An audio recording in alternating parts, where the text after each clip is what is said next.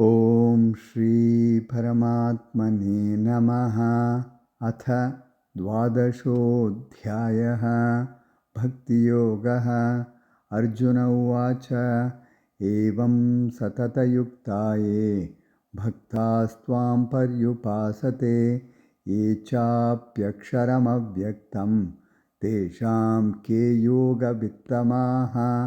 श्रीभगवानुवाच मय्यावेश्यमनो ये मां नित्ययुक्ता उपासते श्रद्धया परयोपेताः ते मे युक्ततमा मताः।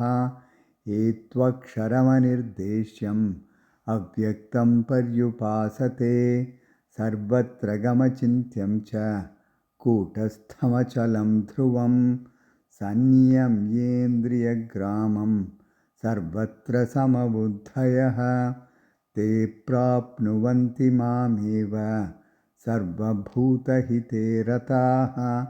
क्लेशोऽधिगतरस्तेषाम् अव्यक्तासक्तचेतसाम् अव्यक्ता हि गतिर्दुःखं देहवद्भिरवाप्यते।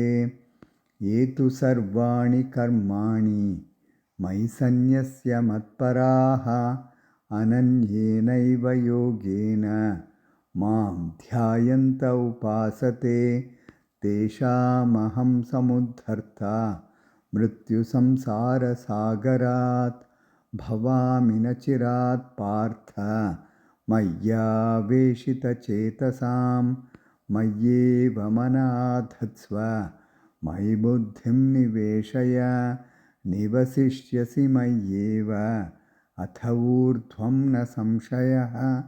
अथ चित्तं समाधातुं न शक्नोषि मयि स्थिरम् अभ्यासयोगेन ततः मामिच्छाप्तुं धनञ्जय अभ्यासेऽप्यसमर्थोऽसि मत्कर्म परमो भव मदर्थमपि कर्माणि कुर्वन् सिद्धिमवाप्स्यसि अथैतदप्यशक्तोऽसि कर्तुं मद्योगमाश्रितः सर्वकर्मफलत्यागं ततः कुरु यथात्मवान्।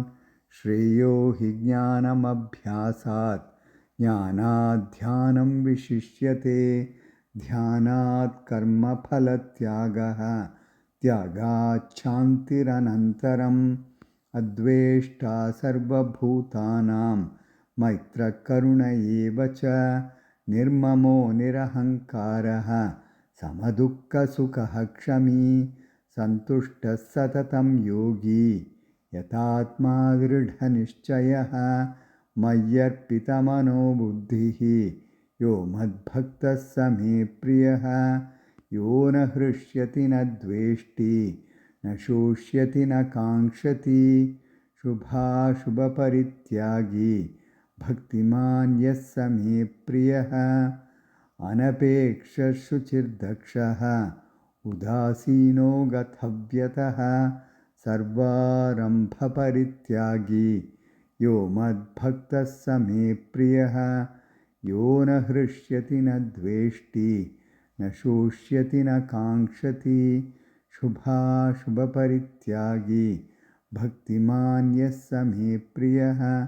समशत्रौ च मित्रे च तथा मानापमानयोः शीतोष्णसुखदुःखेषु समः सङ्गविवर्जितः तुल्यनिन्दास्तुतिर्मौनी सन्तुष्टो येन केनचित् अनिकेतस्थिरमतिः भक्तिमान् मे प्रियो नरः। ये तु धर्म्यामृतमिदं यथोक्तं पर्युपासते श्रद्धदाना मत्परमाः भक्तास्तेतीव मे प्रियाः। ॐ तत्सदिति श्रीमद्भगवद्गीतासु उपनिषत्सु ब्रह्मविद्यायां योगशास्त्रे श्रीकृष्णार्जुनसंवादे भक्तियोगो नाम द्वादशोऽध्यायः।